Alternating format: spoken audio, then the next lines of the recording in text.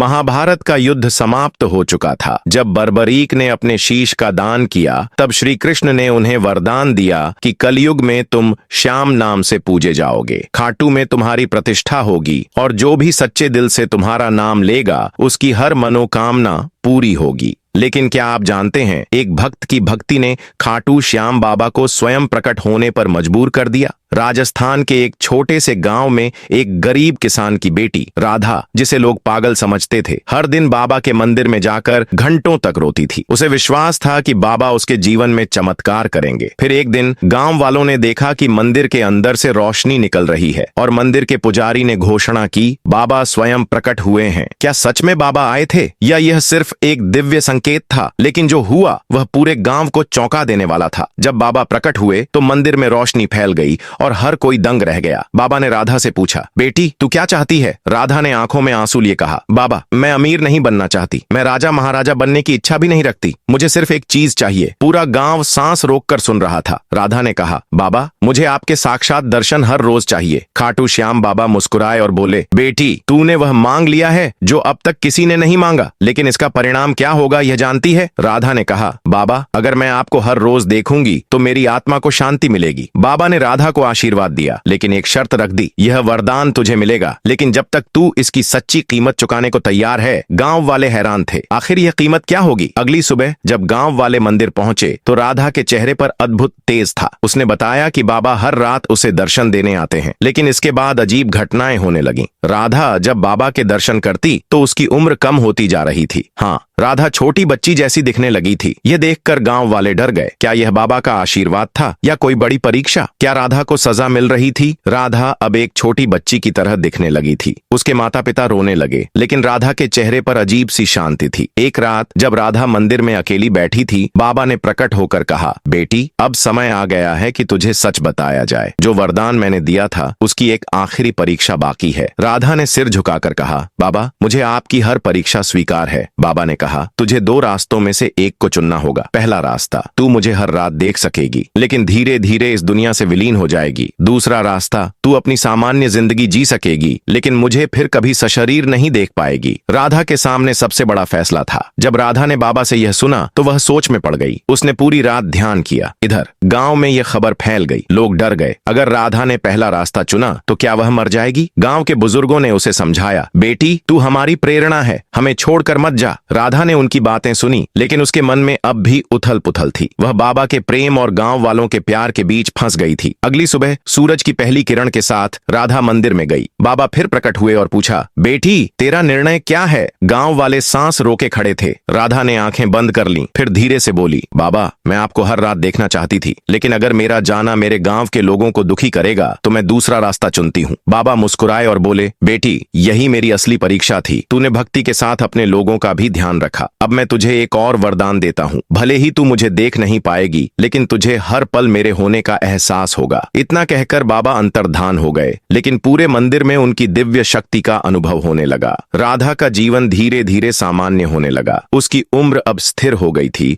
और वह पहले जैसी दिखने लगी, लेकिन अब उसके भीतर एक अजीब शक्ति थी।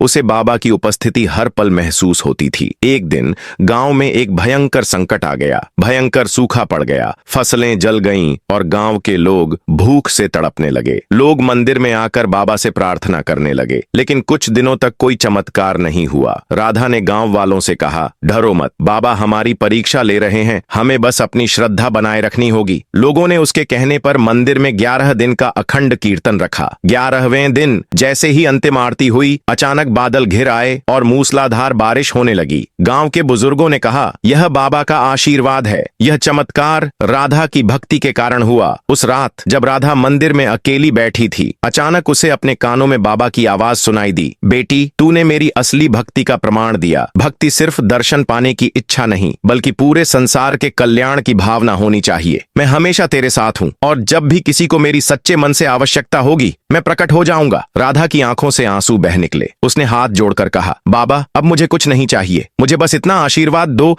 कि मैं हमेशा आपकी सेवा कर सकूं। और फिर अचानक मंदिर में दिव्य प्रकाश फैल गया। बाबा अंतर्धान हो गए, लेकिन उनकी उपस्थिति हमेशा के लिए राधा और पूरे गांव के दिलों में बस गई। इसके बाद राधा ने अपना पूरा जीवन बाबा की सेवा और जरूरतमंदों की सहायता में लगा दिया। उसने गांव में एक भव्य अन्न क्षेत्र शुरू किया, जहां हर जरूरतमंद को भोजन मिलता। लोगों ने खाटू श्याम बाबा के इस अनोखे चमत्कार की कहानी दूर दूर तक सुनाई और धीरे धीरे यह कथा पूरे देश में फैल गई। आज भी जब कोई सच्चे मन से खाटू श्याम बाबा को पुकारता है, वह किसी न किसी रूप में मदद के लिए प्रकट होते हैं। कहते हैं कि अगर आप श्याम बाबा के मंदिर में सच्चे मन से जय श्री श्याम बोलें, तो बाबा आपकी हर मनोकामना पूरी कर देंगे। तो दोस्तों, यह थी खाटू श्याम बाबा के सबसे अनोखे चमत्कार की कथा। अगर आपको यह वीडियो पसंद आया हो तो इसे शेयर करें और कमेंट में जय श्री श्याम लिखकर अपनी श्रद्धा प्रकट करें।